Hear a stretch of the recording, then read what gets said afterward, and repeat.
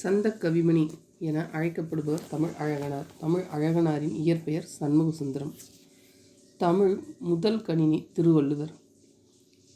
தமிழ் முதல் கணினி உருவாக்கப்பட்ட ஆண்டு 1983. உருவாக்கிய நிறுவனம் TCM டேட்டா ப்ரொடக்ட்ஸ். புதிய உரைநடை எனும் நூலை எழுதியவர் எழில் முதல்வன். எழில் முதல்வனின் இயற்பெயர் மா. ராமலிங்கம். செய்யுளிசை அளபெடையின் வேறுபெயர் இசை நிறை அளபெடை. தமிழ் வாழ்த்து பாடியவர் பெருஞ்சித்திரனார். குண என்பது கிழக்கு திசையை குறிக்கும். கிழக்கு திசையிலிருந்து வீசும் காற்று கொன்றல். குட என்பது மேற்கு திசையை குறிக்கும். மேற்கு திசையிலிருந்து வீசும் காற்று கோடை. வடக்கிலிருந்து வீசக்கூடிய காற்று வாடை காற்று அல்லது ஊதக்காற்று என்று அழைக்கப்படும்.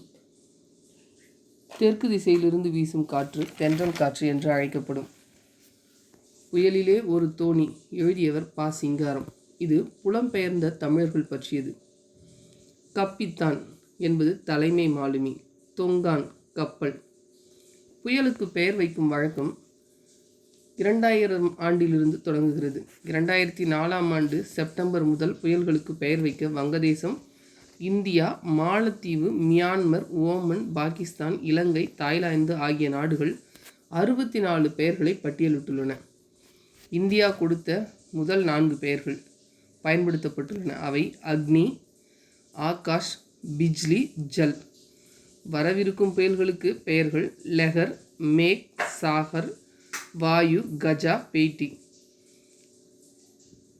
பெய்டி என்பது தாய்லாந்து புயலுக்கு வைத்த பெயர்.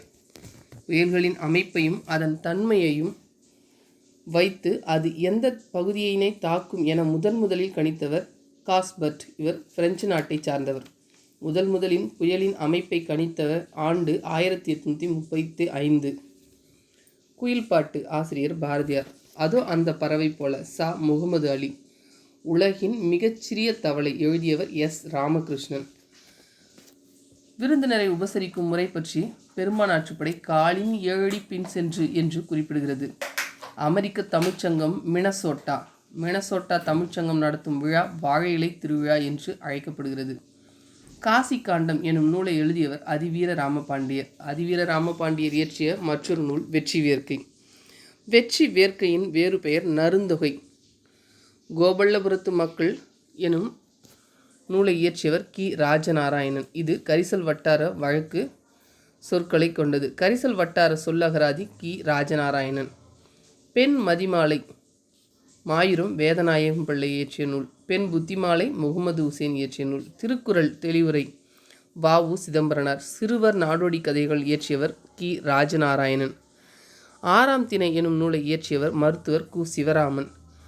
செயற்கை நுண்ணறிவு கணினி வாட்சன். 2016.